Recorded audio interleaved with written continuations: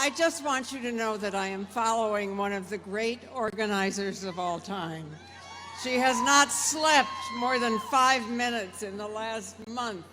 We all owe her an enormous debt of gratitude. And I'm proud to be here at a rally that has the support of more than 50 organizations and unions, that has an agenda of issues for New York State. This is exactly the place you should be, and I'm so, so happy to see you all. I wish you could, can you see each other? So I want to say to you, my friends and co-conspirators, my sisters and brothers, my fellow sister residents of the People's Republic of New York, where the man in the White House is not the president.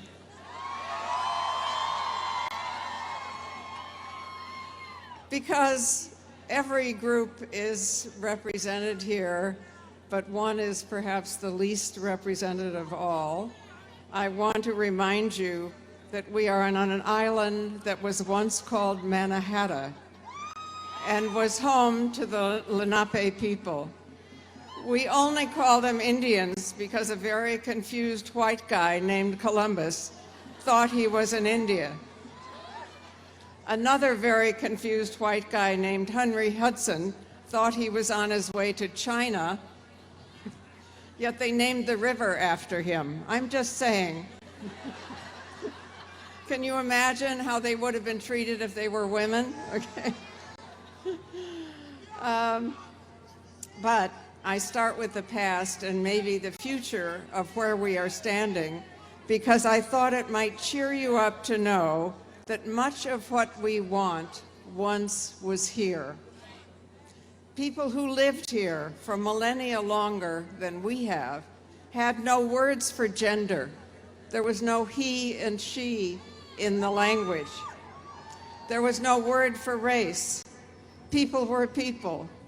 Humans and all living things were linked. We were not ranked.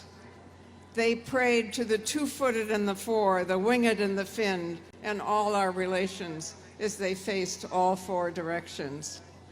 If you think I'm making this up, listen to Paula Gunn Allen, the Laguna Pueblo scholar, who said, quote, "Feminists too often believe that no one has ever experienced the kind of society that empowered women and made that empowerment the basis of rules and civilization. The price the feminist community must pay because it is unaware is confusion, division, and much lost time." And here is her phrase that we should all put on our buttons and t-shirts: "The root of oppression is the loss of memory." So no wonder we're depressed by an accident of history named Trump.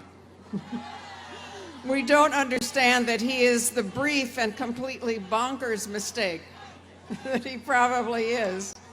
Also, he is teaching us such things as, one, get rid of the Electoral College, which only the slave states wanted in the first place.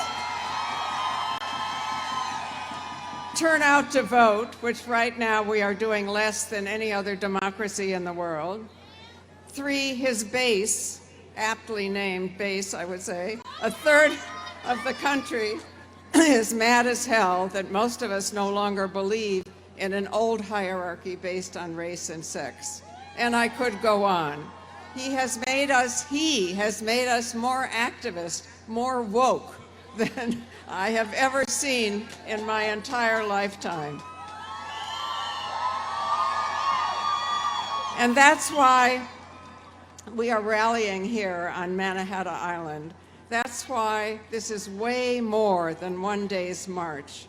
This rally represents the 50 organizations and unions, from the African Services Committee to the Violence Intervention Program, everything from Jewish Voices for Peace to the Lower East Side Girls Club.